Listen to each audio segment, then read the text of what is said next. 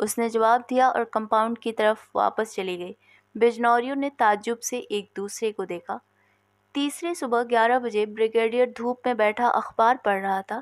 ناٹا آدمی تیز تیز چلتا اس کے پاس آیا اور بولا، میں ایک ضروری کام سے شہر جا رہا ہوں، رات کو آؤں گا یا کل صبح۔ آپ اور مسز فریمنٹل ذرا میری بیوی کا خیال رکھیے گا، اور اپنی جیپ اسٹیشن ویگن میں بیٹھ کر پھاٹک سے باہر چلا گیا۔